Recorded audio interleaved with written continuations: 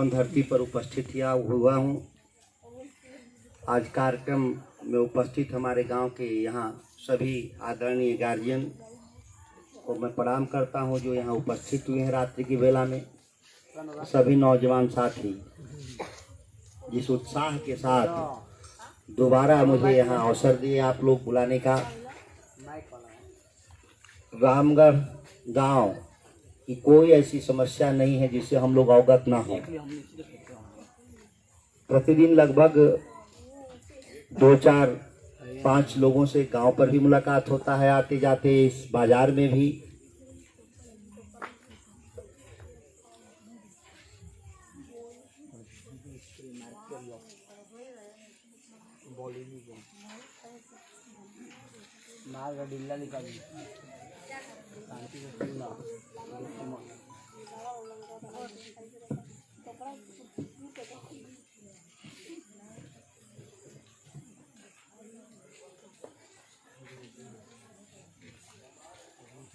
अवगत हम लोग होते रहे हैं समस्याओं को लेकर। रामगढ़ विधानसभा का नाम, रामगढ़ पंचायत का नाम, रामगढ़ प्रखंड का नाम इसी गांव के नाम पर है। तीनों चीज विकास के लिए जितनी हम लोग यहाँ लगभग 90 में हाई स्कूल में पढ़ने आए थे। यहाँ पर हम लोग 30 साल हो गया। 30 सालों में रामगढ़ कहाँ से कहाँ गया विकास के पैमाने पर, वह बेहतर तरीके से बता सकते हैं जिनका जन्म 40 साल पहले हुआ हो। 40 साल से जिनका उम्र कम होगा वो विकास के पैमाने पर देखते हैं कि रामगढ़ विकसित का एक गाँव है या यह पंचायत है। और जो 40 साल से उम्र जिनकी ज़्यादा है, जिन्होंने इस इलाके की या इस गांव के, इस बाजार की गरीबी जहालत को देखा है लोगों ने, अभी भी बहुत काम करने की जरूरत है। ऐसा नहीं है कि रामगढ़ बाजार और रामगढ़ गांव का सब काम खत्म हो गया, अब काम की जरूरत नहीं है। बाजार जो रामगढ़ मौजे में अवस्थित है, मान लीजिए 2-3 गांव का मिला के अब हो गया है, गुरसरा का भी कुछ इलाका इसमें जुड़ गया। तो विकास के लिए इस गांव का बाजार का होना भी बहुत जरूरी है। बाजार अगर बड़ा होगा तो रोजगार के अवसर और बढ़ेंगे, और बाजार तब बड़ा होगा जब ग्रामीण अर्थव्यवस्था में उछाल आएगा। हम लोग जब आते थे 90 में पढ़ने हाई स्कूल, तो रामगढ़ प्रखंड वाला गेट जो है उससे लेकर बन्नीपुर तक शायद ही कोई दुकान थी, और इधर भी कुछ ही दुकान थी, नहीं के बराबर।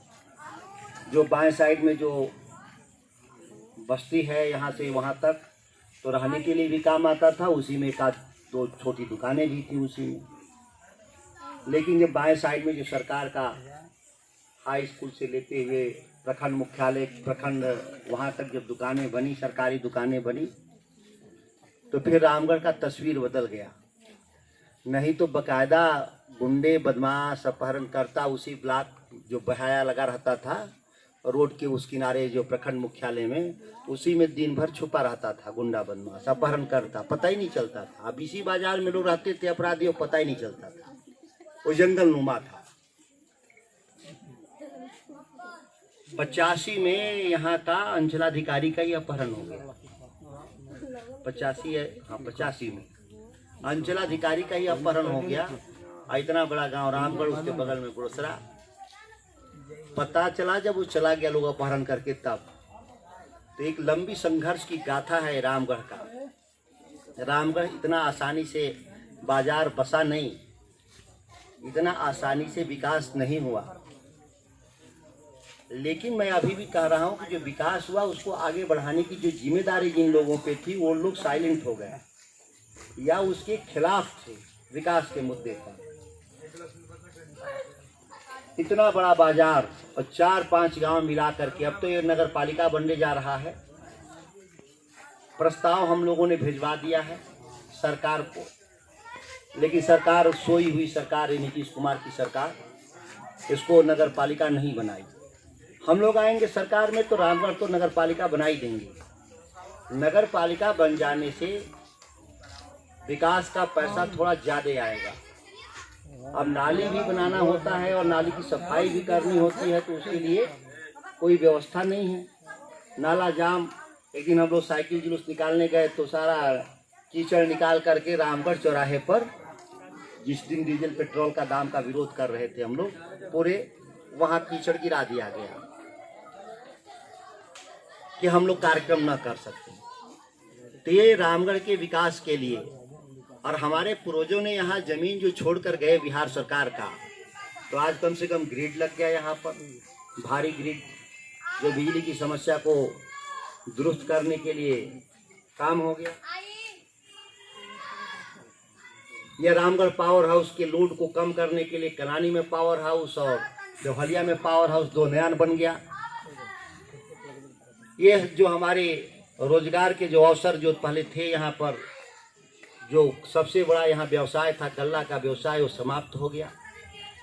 राइस मिलें बंद हो गई। नहीं, इस बाजार में 30-40 अगल बगल में राइस मिलें थी जो दिन भर चलती थी। यहाँ हजारों नौजवानों को रोजगार मिलता था पढ़ने लिखने का। तो लगातार जो विकास के लिए जो हम लोग काम कर रहे थे, वो काम ठप हो गया। विधायक जी के गांव बगल, इस पंचायत के साथ साथ इसी गांव के बगल के हैं, कभी चिंता रही भी नहीं। जो हमारे स्कूल कॉलेज जहां थे, जिसका क्षमता दोगुना करना चाहिए था, वो बंद हो गया। जो हमारा कभी कन्या मध्य विद्यालय 2 शिफ्ट में चलता था, 3200 बच्चे पढ़ते थे, अब 1 शिफ्ट में चलता है, बच्चों की संख्या घट के 1600 हो गई। आप जब पढ़ाई की माहौल नहीं बनाइएगा तो यहाँ का गरीब आदमी जो 100-200 कमाते हैं, उनके बच्चे प्राइवेट में जाके सारा पैसा उनका निकल जाता है हाथ से। इसी सरकारी विद्यालय में पढ़ते थे पहले बच्चे बढ़िया से, 2 शिफ्ट में भी भीड़ रहता था, अब 1 शिफ्ट भी नहीं चलता है। पर्याप्त मात्रा में शिक्षक नहीं है, बिजली का कटा हुआ है, पानी की व्यवस्था नहीं है। आपका बगल में डिग्री कॉलेज था, वो बंद हो गया, आज सारी बसें खड़ी हो गई।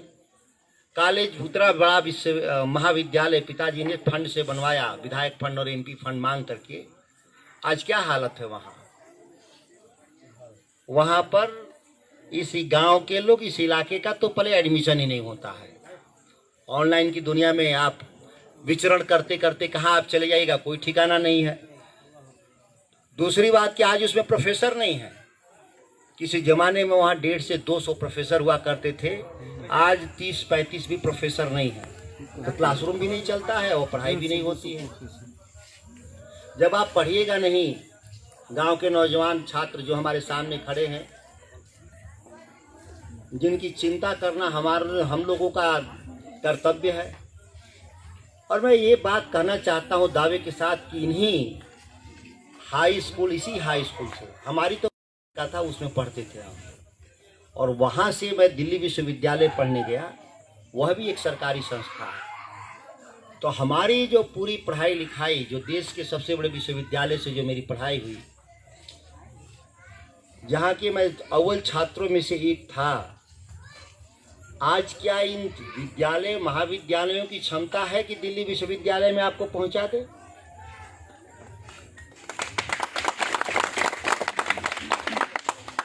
ये क्षमता चूकता जा रहा है। जो इन्हीं विद्यालयों महाविद्यालयों से हम पढ़ के गए थे, कोई एक बच्चा आके हमारे सामने पिछले 30 साल में बता दे कि कोई गया यहाँ से पढ़ने वहाँ विश्वविद्यालय में। कारण है कि पूरे अयोग्य लोगों की पूरी टीम राजनीति में धीरे धीरे हावी होती गई। आज केवल गुड़सरा गांव में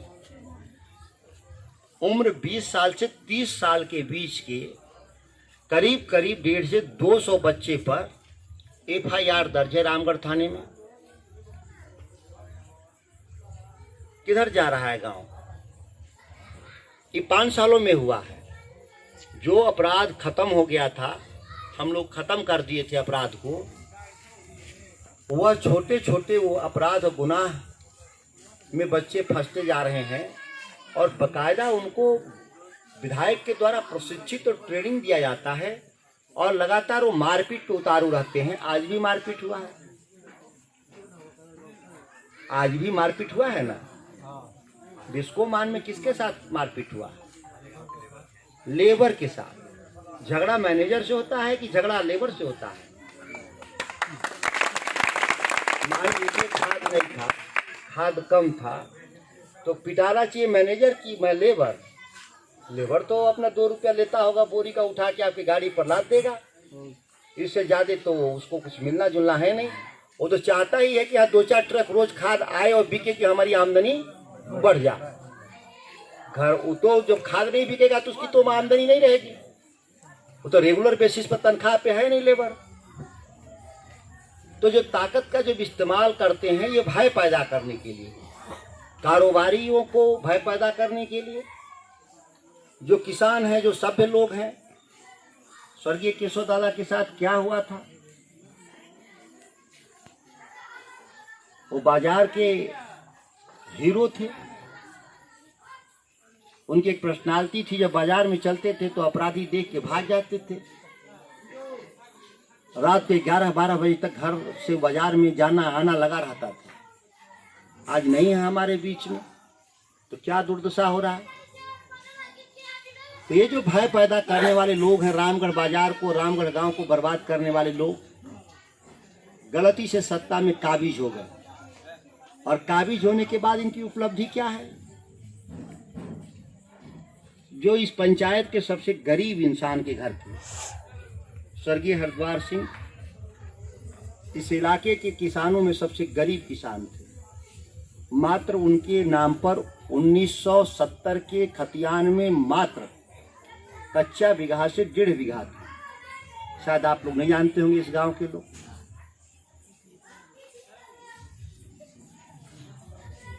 आज बीघे को तो छोड़ दीजिए, डिसमिल जो 5 लाख 4 लाख रुपया डिसमिल वाला जमीन है, कई एकड़ खरीदा है लोगों ने। यहीं पर आपके गांव के लोगों का, अपने गुड़सरा गांव के लोगों का, रामगढ़ के गांव के लोगों का। और महल जैसा घर बनाए हैं। तो पूरे रामगढ़ विधानसभा में वैसा किसी के पास घर भी नहीं है। एक से एक जमींदार इस इलाके में हुए, एक से एक व्यापारी और कारोबारी भी इस इलाके में है। ते विकास की जो बात कर रहे थे वो अपनी विकास की बात कर रहे थे, इलाके की विकास की नहीं। पंचायत और गांव के विकास की बात नहीं कर रहे थे, वो अपने विकास की बात कर रहे थे। उसमें वो कामयाब भी रहे। 5 साल ही विधायक क्यों रहे? वो अपना 3 साल का ही हिसाब दे रहे हैं, हम तो 10 साल का हिसाब मांग रहे हैं। आपकी सरकार तो बिहार में जिसका झोला ढोते हैं नीतीश कुमार का, उसका तो 15 साल से सरकार है बिहार में। और जब चुनाव 10 में लड़े थे, हार गए, तो उनको नीतीश कुमार जिलाध्यक्ष बनाया था अपनी पार्टी का। और विसूत्री का उपाध्यक्ष भी, वो सरकारी पद है, मंत्री जैसा पद होता है, राज्य मंत्री का दर्जा होता है विसूत्री के उपाध्यक्ष का। तो आप उपाध्यक्ष भी थे, 10 साल आप रहे सत्ता में। अब 10 साल के सत्ता में रहने के बाद भी आप 3 साल का हिसाब दे रहे हैं, तो ये आपकी महानता है और इस इलाके की लोगों की सज्जनता है कि वो आपसे नहीं पूछते हैं कि 10 साल पावर में रहने पे आप 3 साल का क्यों हिसाब दे रहे हैं, 7 साल का कौन हिसाब देगा।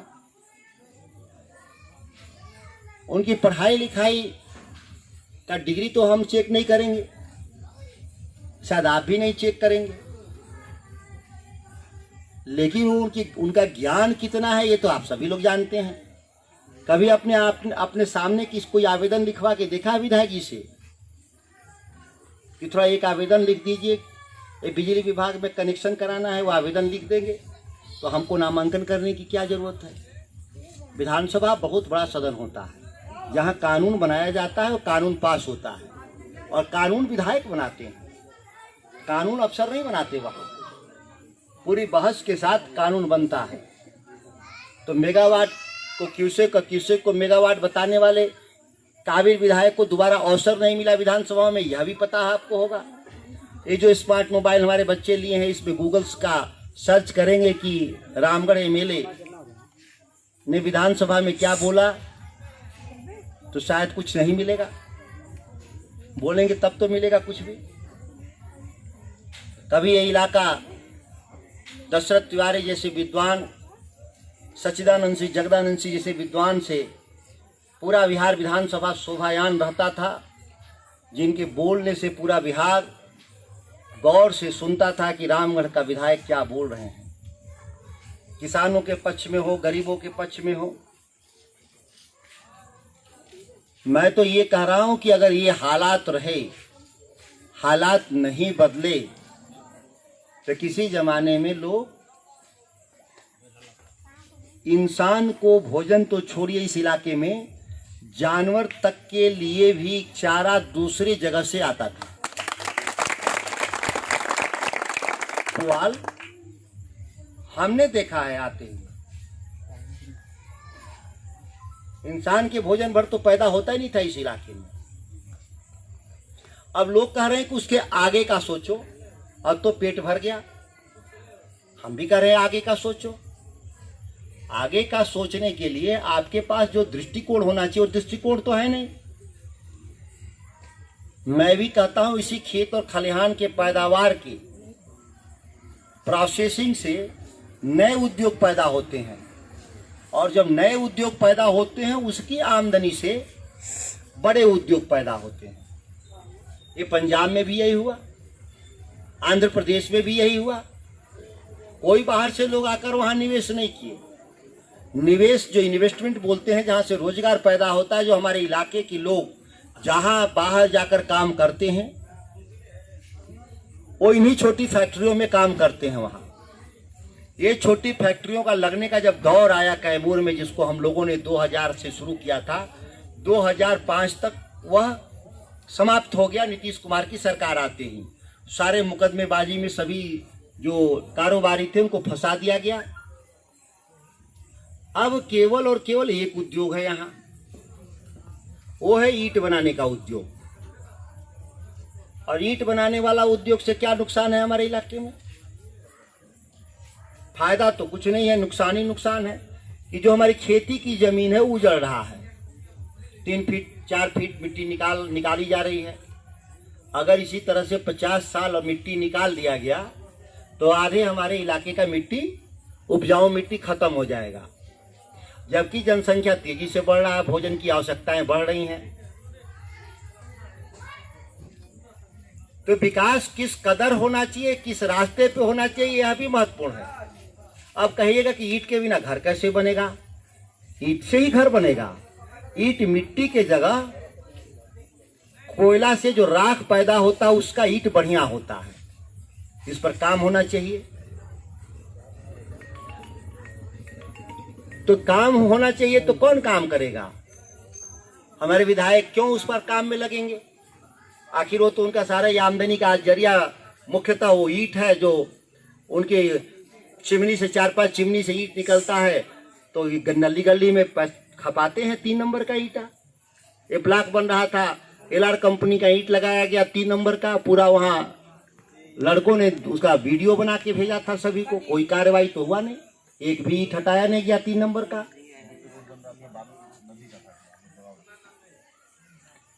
बालू, लोकल बालू कहिए, नदी से ही बालू निकला होगा लोकल, और लोकल भी निकला होगा तो अवैध। पूरे कैमूर में बालू का नीलामी नहीं हुआ है पिछले 4 साल से। और जो अगर बालू यहाँ से निकाल कर यूज कर रहा हो तो ऐसे ही अवैध है। लेकिन किस पे क्या कंप्लेन करने जाइएगा? जो इनके राज्य के जो मुखिया है नीतीश कुमार के यहाँ जाइएगा तो खुदे महान भ्रष्टाचार में डूबे हुए लोग हैं। तो कंप्लेन का तो कोई अर्थ है नहीं। सरकार बदलनी होगी। जब तक आप सरकार नहीं बदलेंगे तब तक रामगढ़ और कैमूर का भला नहीं होगा। ये छोटी छोटी जो बातें हैं, बिजली की समस्या है, इसका बिल घट जाना चाहिए, ये बहुत सब छोटी बात है विधायक के लिए। ये तो आप नहीं कहिएगा तो मैं कर दूंगा, ये कौन बड़ा काम है?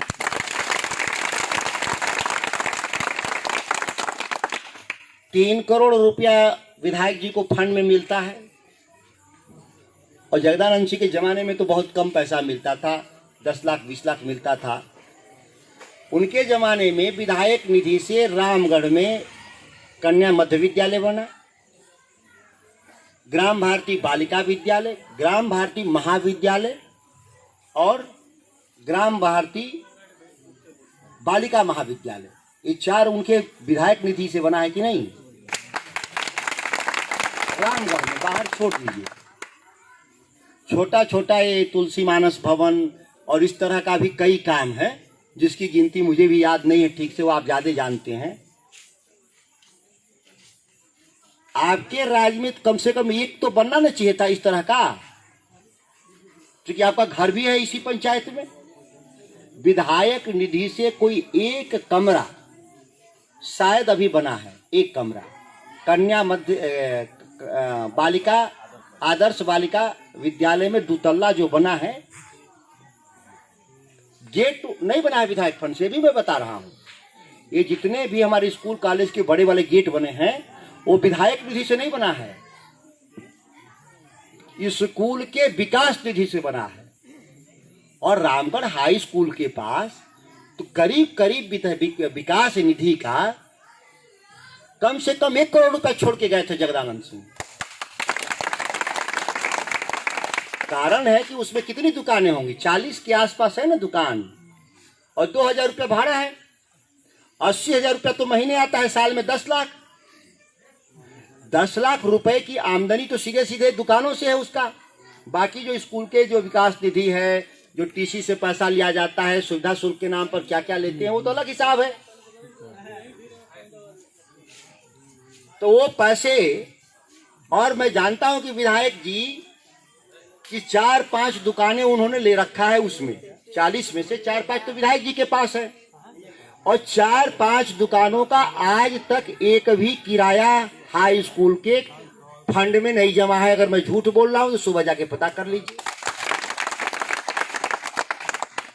जब बच्चों का जो पैसा लूट ले, जब बच्चों का जो पैसा विधायक लूट ले, दुनिया में उससे घृणित व्यक्ति कैसे हो सकता है? ना हो तो जाके हाई स्कूल में पूछ लीजिए कि विधायक जी के दुकानों पर किराया कितना बाकी, 4-4 लाख 5-5 लाख बाकी है। उसी पैसे में से गेट बना है विकास निधि से, विधायक के अपने विधायक के विकास निधि से नहीं, का स्कूल के हाई स्कूल के विकास निधि से गेट बने हैं। हम तो ये कह रहे थे कि हाई स्कूल के मैदान में जो पानी भर जाता है बरसात के समय में, उस विकास निधि का सबसे पहले उपयोग करना चाहिए था कि 10 लाख का मिट्टी भरवा देना चाहिए था।